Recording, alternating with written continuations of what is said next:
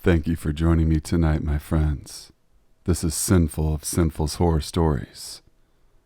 Tonight's video features truly terrifying stories sent in from viewers just like yourselves. Sit back, relax, enjoy, and stay sinful. Story number 1. I love taking long drives late into the night. There's something so relaxing about rolling all the windows down in the car, taking a drive in the dark. This event happened during the summer of 2019. I live in a small town America and was out around 1 a.m. on a Saturday early morning. The road was obviously deserted and the moon was so bright you barely needed your headlights on.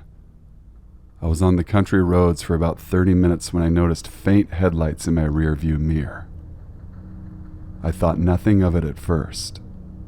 I continued enjoying my ride and glanced back in my mirror about 30 seconds later, and the headlights were close to my bumper. I've always been someone who avoids conflict and confrontation at all costs, so I calmly waved the driver on ahead of me. I pulled off into a gravel turnaround and the vehicle went zooming past me in the same direction that I had been traveling. I made my way back onto the main road and continued with my music loud and the wind in my hair. Tonight's drive was a brand new drive. I forgot to mention that all of my night drives are to places I have never traveled to or explored before. I know what you're thinking, how dangerous and moronic that is. Well, I just don't care, and I figure if something bad happens then it must be fate. I cruised the 2-lane blacktop and noticed a cool 1-lane wooden bridge over a small creek. I made the turn and drove over the rickety, old, and unstable wood bridge. I honestly thought it might collapse with me on it at any moment. I continued until the road turned into gravel and a dirt pathway. There were no signs that were marked no trespassing, so I assumed it wouldn't be an issue. I then noticed a set of brake lights off the road and into the woods a bit, and then another set and then another. There were multiple vehicles hidden in the brush with their parking lights on. Now, I do have a policeman's issue nightstick under my passenger's seat for protection if need be.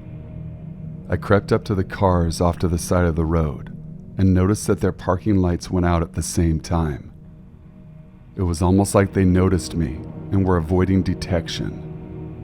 I felt spooked and very uncomfortable when I noticed that there were multiple people hiding behind large oak trees just off to the side of the road. I almost relieved my bladder in my pants right then and there. I was becoming surrounded out here in no man's land. I slammed my car in reverse and tried to back up and turn around, but these people walked out of the woods and were now blocking the roadway. They wore evil and disturbing devil masks that lit up that LED red light that kids wear on Halloween. I tried gunning it forward to look for a spot down the road a ways to try and turn my car around. When I proceeded forward, the road was blocked by even more people. Time went so slowly in that moment as I ran through the moments of my life in my mind. I was sure I would never make it out of these woods alive, and no one would ever know what happened to me. My hands were shaking and my mind was racing. I had no other option but to give it gas in reverse and drive over these freaks. So, that is precisely what I did. I steadied the wheel and jammed the shifter into reverse and backed straight up. The masked people started smashing my car with lead pipes and baseball bats. Crash went my windshield. Seconds later, a huge beastly man grabbed me by the neck and pulled me out of the wide open car where my windshield used to be. I kicked and screamed and scratched and clawed for my life because I had to go down swinging. I was struck in the head and everything went black and silent. I had these very lifelike dreams that were so vivid and lucid. I eventually woke up to several doctors and nurses yelling my name. I was on death's door, and apparently an off-duty park ranger from the outlying area was on his way home. He lived right up the road past where the vehicles had been parked. His presence was enough for this group of people to flee into the forest and ditch their cars. He had a pistol on his hip and a shotgun in his grasp when he fired a warning shot on his way to picking me up and taking me to the nearest hospital. My only question for you and everyone else in this world: why do human beings treat one another this way? How can these things happen? Pure evil. Story number 2. This incident happened just a few hours earlier, and I'm typing this story currently at my workplace. I work in the garden area of a home improvement store. I don't work the cash registers, and my manager doesn't even let me water the flowers, so a lot of time I have nothing to do. This results in me taking extremely long bathroom breaks where I just scroll on my phone. I know it sounds bad, but it's better than standing around trying to look busy. Today was the same as any other, with me wasting my time in the bathroom. Nothing of interest happened until my work phone buzzed at the same time as the stall next to mine. This becomes important later. A few seconds later, I see that the guy in the next stall had his hand stretched to the ground with his palm facing up. At first I thought he had run out of toilet paper and was asking for mine. He just stayed silent for a while, so I ignored him after that. Then he started moving that hand uncomfortably close to my leg, so I immediately scooted away and prepared to leave. Once the man noticed that, he hurriedly got out of the stall before I could leave. Another few seconds of silence. I took a peek out from the gap of the stall door to see what the hell he was doing, and just like a scene from a horror movie, our eyes connected. He was barely an inch away from my door, trying to peek inside. My blood ran cold. If you're wondering why I didn't immediately open the door and cuss the guy out, I really hate confrontation. I avoid it whenever possible, and I do my best not to draw attention to myself. I stood sideways by the door so he wouldn't be able to see me. That's when the whispering started. I don't know what the first thing he said was, but it sounded like moaning. The next part was a bit more audible. He said something along the lines of wanting to see more of my unflushed toilet paper. I was thoroughly disgusted. This guy was a complete creep, and I was alone in the bathroom with him. My heart was beating faster by the second. I knew I had to stay there until another person came into the bathroom. No way was I going to confront him alone. Probably a minute later, someone finally arrives, and I take this as my chance to wash my hands, get the hell out of there. Thankfully, the presence of the other person made the old man quit his creepy behavior. As I was about to leave, he blocked my path for a quick second before stepping aside. The weird thing was, I don't even think he works at the store because he wasn't wearing any vest. My store is extremely lenient about uniform, but most workers at least wear a vest or something connected to the store. He just looked like a regular customer. I'm certain I heard 2 phone dings echo in that bathroom. The phones have a signature ring to them. It couldn't have been a coincidence. Either way, he only started creeping on me once the phone ring made it clear that I was an employee. The situation really creeped me out, and I've been totally unfocused on my work since then. I kept prowling the garden area to look for an old man wearing a similar outfit to the creeper. I have an incredibly hard time distinguishing faces, so I probably wouldn't even recognize him if I did see him. Creepy bathroom peeper. Let's not meet again. Story number 3. When my friend and I met the woman we now refer to as the Banshee, it was about 10 o'clock at night. We were walking back from a milk tea place, and we were maybe at mile 5 of a 6-mile total round trip. Almost home. We were walking on a long stretch of sidewalk next to a wide road that is busy during the day, but almost empty at night. A little background. My hiking buddy and I sometimes go for long walks through town at night when we can't get out to trails during the day.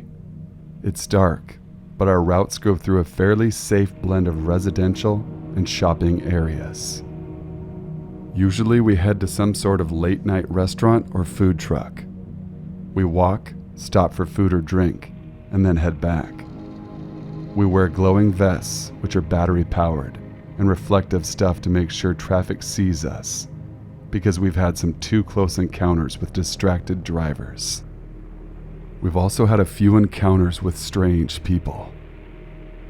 She didn't start making strange noises at first. It was a long stretch of straight sidewalk, and we had seen her coming for a long time before she started that. No one else was out walking along the road at this hour. There were plenty of streetlights. She'd appear under the lights, then disappear in some shadow of bushes and trees, and reappear under the lights. We were glowing in our vests in addition to the streetlights, so she had to have seen us coming too.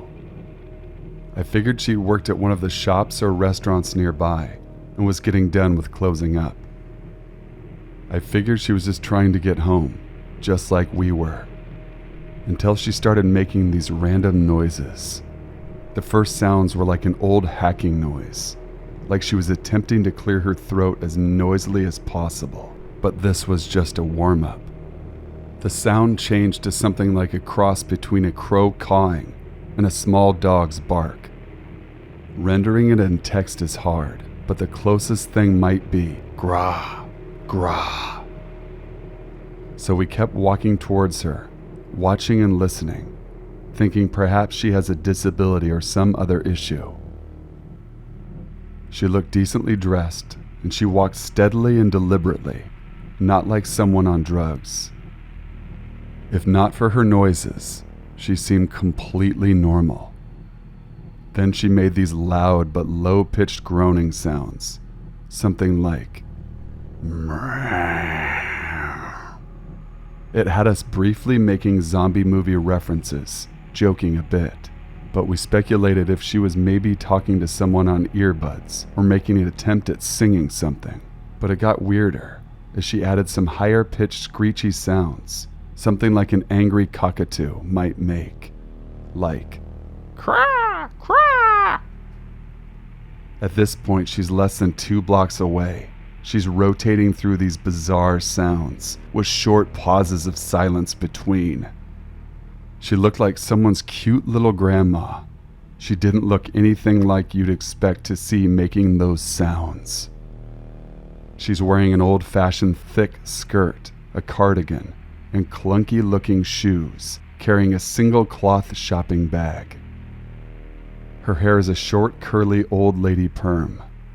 She looks adorable, and yet she sounds insane.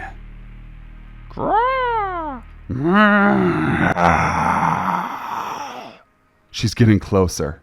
Her bizarre noises are getting more unsettling, and I realize I can't see what she's clutching in her other hand, the one that doesn't have a shopping bag. She looks harmless, but the sounds are too weird. My buddy looked at me and asked, "Time to cross?" Echoing my own thoughts. We didn't want a confrontation with this woman. I nodded, but just before we step onto the road, the lady seemed to have the same idea. She suddenly veered off the sidewalk and went into the road, making a steady diagonal line towards the other side. There was no traffic on the road at this point, so I wasn't worried. I relaxed a bit, continuing on. I figured she was avoiding us, just like we were about to avoid her. As we started to pass her, she suddenly screamed and rushed at us from the middle of the road. Her mouth was wide open as she charged at us, just shrieking. We stepped quickly apart, and her abrupt rush took her right between us, just shrieking, wailing that horrible sound. It sounded like it would hurt her throat. Banshee-like is the only word I have for it.